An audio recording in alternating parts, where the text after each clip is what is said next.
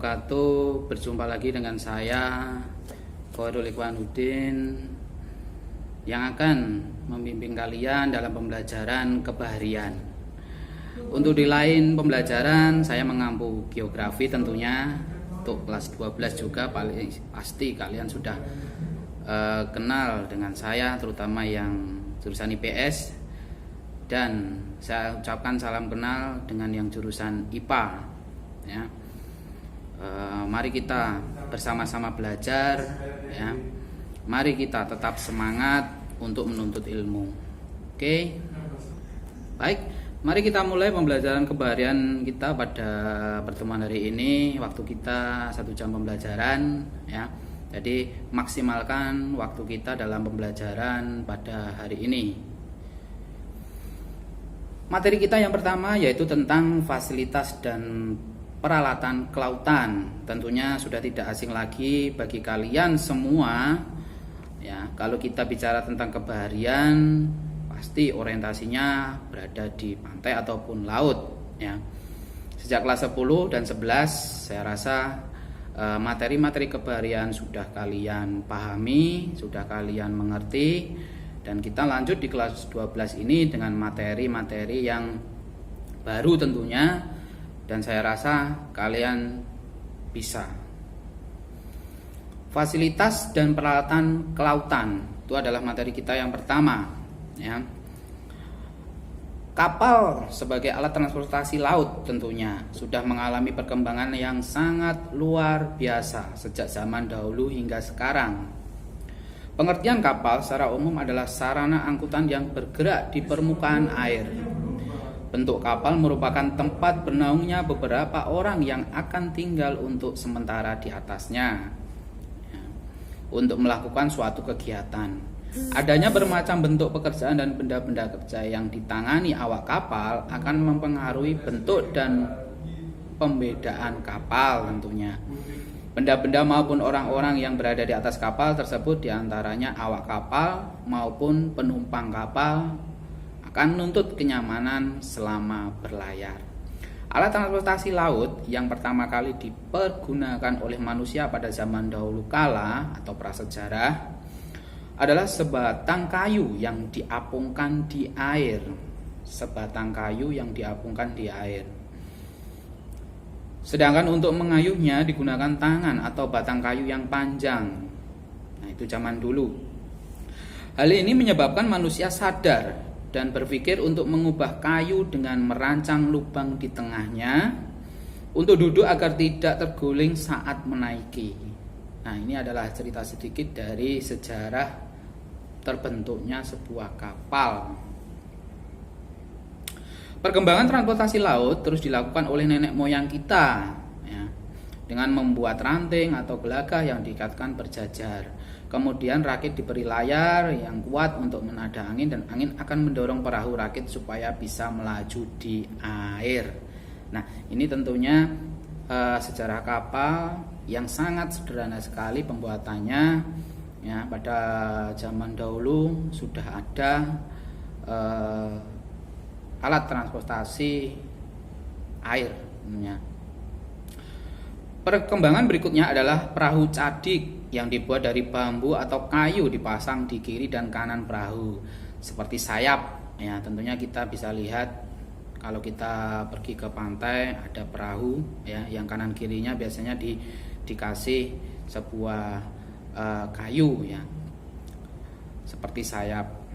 Perahu cadik biasanya diberi layar dan menggunakan kayu yang disebut dayung. Sampai saat ini perahu cadik masih digunakan oleh nelayan untuk menangkap ikan ya. Kalau nelayan tradisional pasti menggunakan perahu ini, tapi kalau sudah nelayan modern ya pasti menggunakan alat transportasi yang lebih modern tentunya, atau sebuah kapal yang modern. Oke, dari penjelasan yang saya jelaskan tadi ya, didampingi dengan video yang saya putar. Di sini ada jenis-jenis kapal ya, yang bisa kalian lihat, bisa kalian pahami. Bila belum mengerti jenis-jenis alat transportasi laut itu apa saja ya, Silakan disimak video yang saya tampilkan.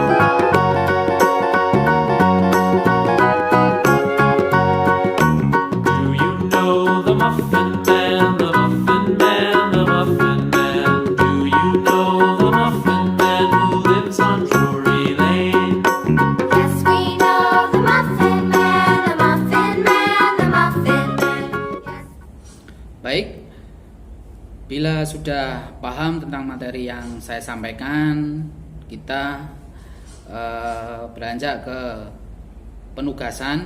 Ya, penugasan nanti soal dari saya sebutkan langsung pertanyaannya. Silahkan nanti jawaban dituliskan di link yang sudah saya sediakan di bawah.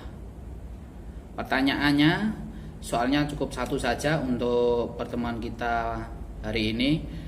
Sebutkan 10 jenis kapal yang kalian ketahui.